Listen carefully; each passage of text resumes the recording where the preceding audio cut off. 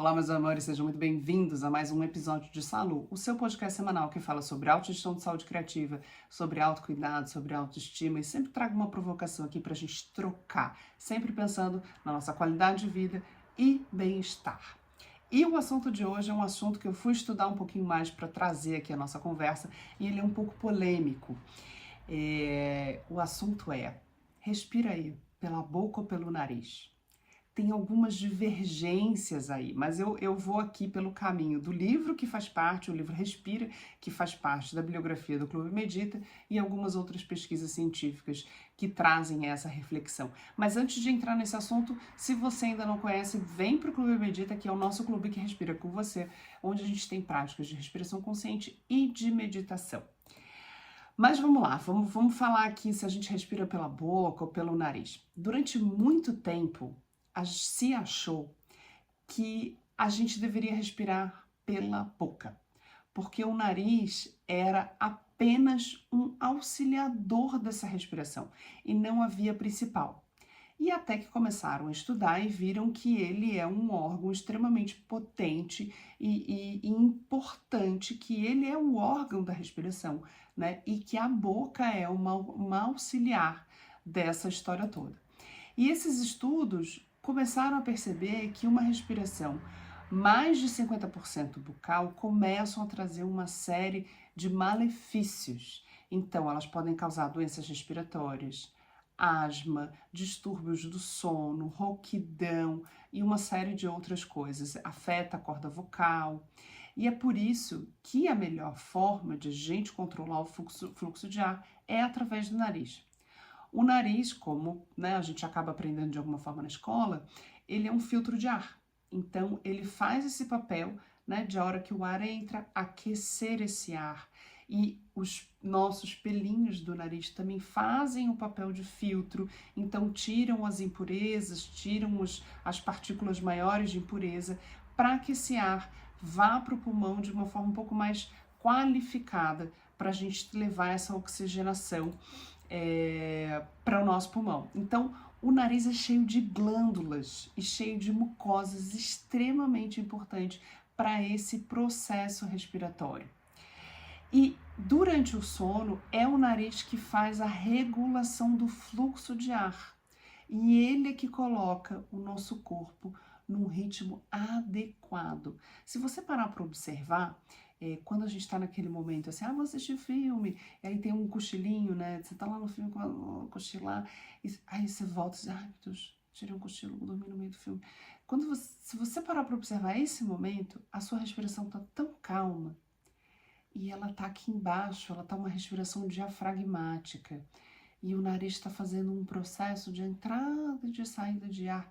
Essa é a melhor respiração, que a gente deveria lembrar dela ao longo do dia, quando a gente também está no corre das coisas, né? Ao mesmo tempo, quando você faz uma respiração bucal no sono, você começa a abrir a possibilidade de desenvolver uma apneia do sono, né? E distúrbios de sonos um pouco mais grave. Agora, tem uma curiosidade que eu achei sensacional.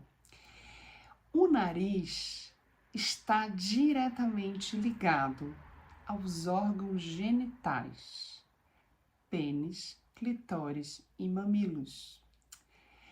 Por quê? Porque dentro do nariz existe um tecido erétil, que também corre, o mesmo tecido que cobre essas outras partes. Então, significa dizer que o nariz tem ereção. Acreditem, eu achei maravilhosa essa informação, porque ele acumula sangue muito rápido. E é coerente, né? Se a gente machuca o nariz, né, leva uma pancada, tem gente que sangra o nariz com muita facilidade, essa região sangra muito. E outra coisa, para quem tem rinite, sinusite, sabe o quanto a gente está em dias de alergia, o nariz a gente fica com ele maior, empolado. As grávidas, nos últimos meses, o nariz cresce, a gente fica com um narigão. Então, ele tem um tecido erétil, amores. O nariz faz ereção. Por isso que ele tem uma conexão tão forte com o sexo, o cheiro. Então, o cheiro, o odor, o feromônio, aquele perfume, aquele cheiro daquela pessoa faz atiçar a gente porque está completamente ligado aos órgãos sexuais. Muito bom, né? Eu adorei quando eu descobri isso para trazer para vocês.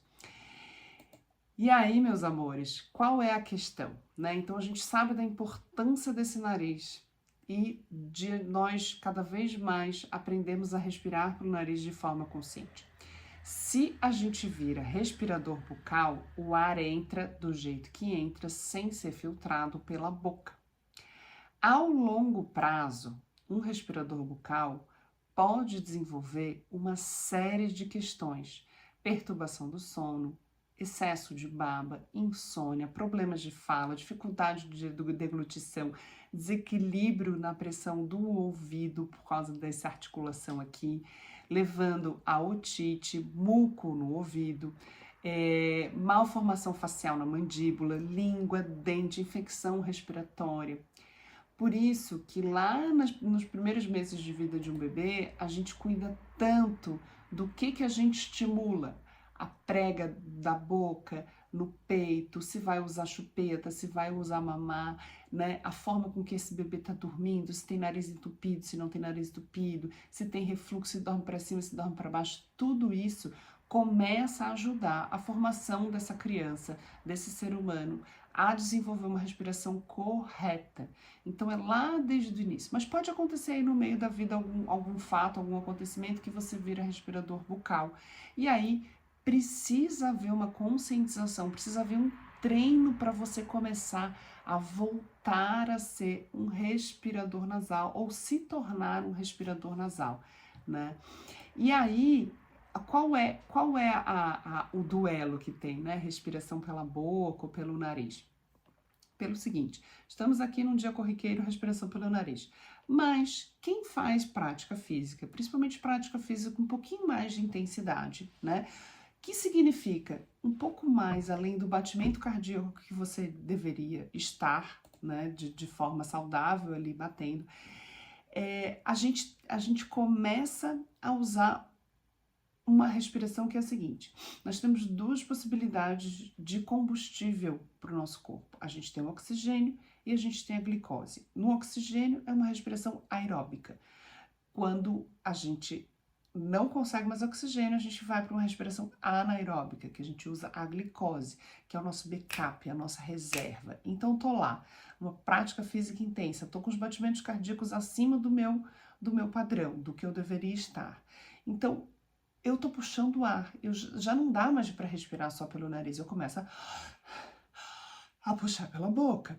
E tá tudo certo, porque meu corpo precisa de mais oxigênio. A grande questão é que essa respiração anaeróbica, quando essa respiração, o meu corpo precisa de mais oxigênio, eu não dou conta de dar. Então eu começo a usar a glicose, que é a respiração anaeróbica. E quando eu uso a respiração anaeróbica, eu também começo a gerar mais ácido lático no dia seguinte eu vou ficar mais dolorido, com mais dor, eu vou gerar mais fadiga e eu posso inclusive no momento gerar náusea. Já treinou e sentiu vontade de vomitar? Eu já. Então é porque está usando a respiração anaeróbica. Então é muito legal a gente saber qual é o nosso limite de batimento cardíaco, né? Se você tem um treinador físico, pergunta para ele, porque tem a ver com a sua idade, tem a ver com o gênero, o que você pratica, se é sedentário ou não, para você saber qual é o seu limite de batimento cardíaco. Agora, esse é uma forma eficiente que o corpo tem de fazer. Então, os corredores, os atletas de alto impacto, eles acabam não precisando se preocupar se respiram pela boca ou não, porque naquele momento o corpo vai regulando, ele vai entendendo, é automático isso, né? Porque ele já tem uma prática, ele já tem um treino e ele vai entendendo qual é a melhor forma de se abastecer, de fazer essa grande reserva de oxigênio. O corpo tem essa autonomia. Então, assim, no dia a dia, no nosso dia corriqueiro, né, fazer essa prática para que a gente respire cada vez mais pelo nariz, principalmente para que o corpo entenda isso e durma respirando pelo nariz. Isso é saúde. Isso é uma saúde, assim, ímpar, né? Quando a gente faz uma prática mais intensa, a gente sabe que vai oscilar, então tudo bem respirar pela boca e fazer essa oscilação para abastecer o meu corpo cada vez mais e também saber a recuperação. Então, terminei a prática física, tô. E aí eu começo a transferir e voltar para o nariz.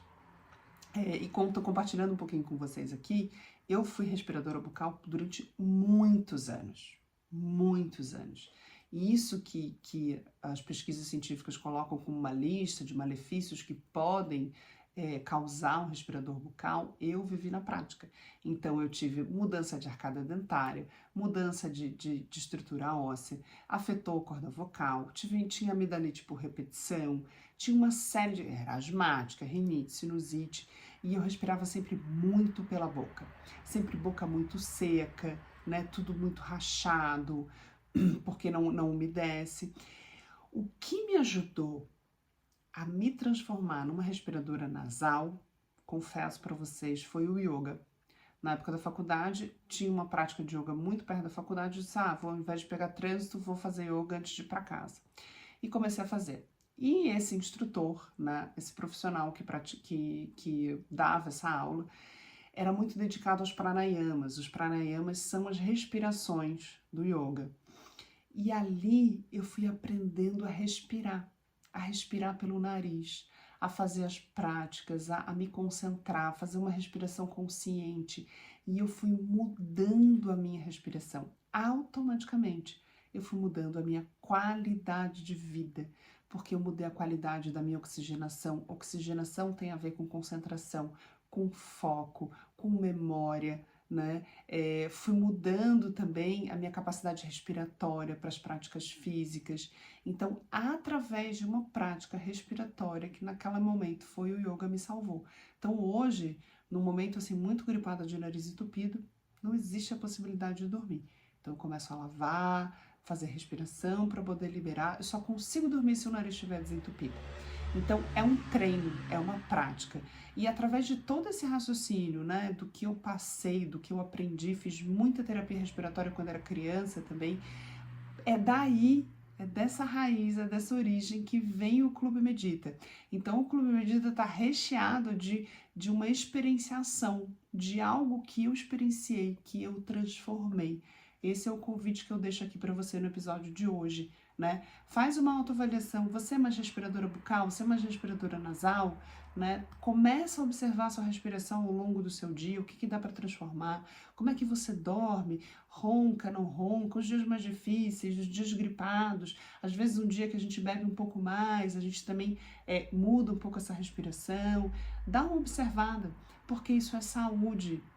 É muito legal pensar que isso é uma forma de organizar melhor o seu bem-estar e a sua rotina.